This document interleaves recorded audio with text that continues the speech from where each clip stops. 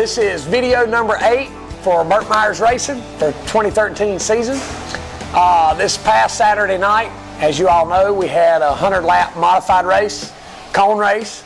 We wanted to go over Saturday morning and try a couple things. We're still working on getting the car dialed in for where we think we want it. But went over Saturday morning, ran the first practice, made a couple changes, ran the second practice, made a couple changes, and Jason actually was there with his car practicing on Saturday morning. Well, they give you 3 separate practice sessions, and they stop at 12 o'clock. Well, it was like 11:45, and me and Jason thought it'd be cool, it'd be fun if I got in his car and he got in my car.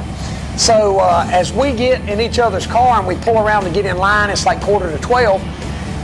I look in the rearview mirror and Monk is jacking up my car. And I came on the radio and I said, Monk, what are you doing? Well, I thought it'd be cool if Slate and Kim came over with us on Saturday morning because it's a pretty relaxed atmosphere. Slate gets to put on the headset and listen to us, and actually he was doing a little talking to me while I was in the car. But that being said, I asked Monk what he was doing, and he said that Kim had noticed a spot of, she called it oil, but it was a spot of rear end grease where my car was sitting in the pit area. So he checked it up, he jacked it up to check it, and there was actually a hole in the rear end bell, in the side bell of the rear end. So we took the car back and got to looking, and we brought the car back here to the shop, which is something normally we don't do.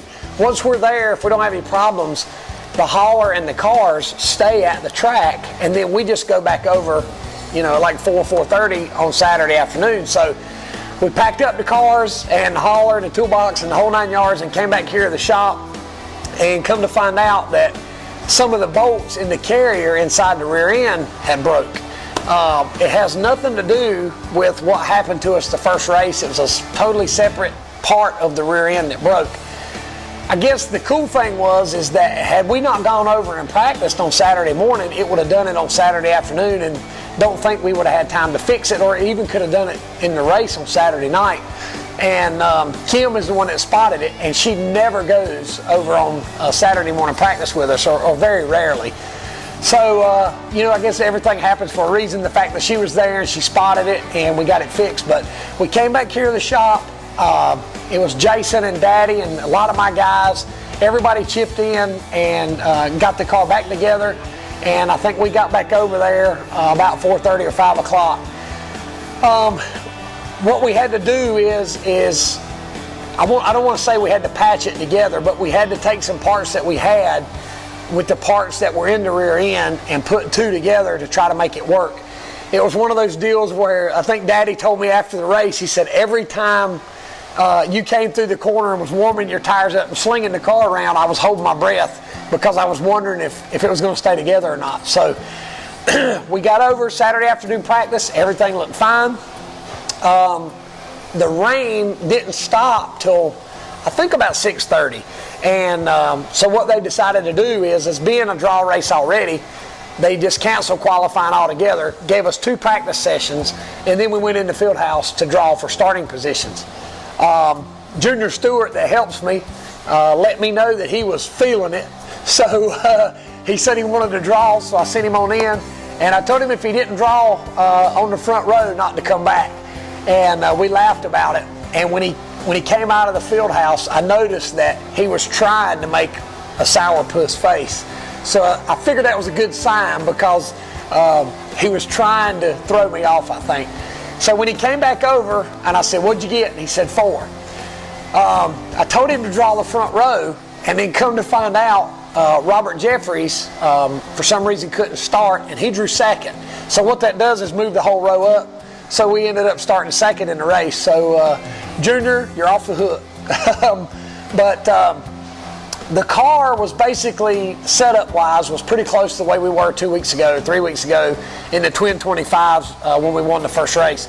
So started the race, I actually was able to get a good start, and Brad Robbins was on the pole. I actually beat Brad Robbins off turn 2 and led every lap and won the race. We had to endure, I think, 9 double file restarts. Most of those restarts were with Danny Bone and the 53 car. Danny had a really good car. I love racing with Danny. We race hard, but we race clean.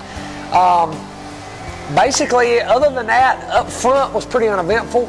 I think about 18 to 20 laps into the race, there was a 13-car pileup behind me. It took out Jason, Tim Brown, I think Lee Jeffries and Chris Fleming, and a lot of those guys were involved. Some drove away, some didn't. I want to say it took roughly 30 to 35 minutes, maybe even longer, to get it all cleaned up. Robbie Brewer actually got upside down. The fortunate thing is that nobody got injured, nobody got hurt. As much as we dislike putting these race cars back together when they get tore up, they're just race cars. And the drivers and fans and crew and official safety, I think, is the main concern. So everybody was safe, everybody got away unscathed physically. So, like I said, we went on to win the race.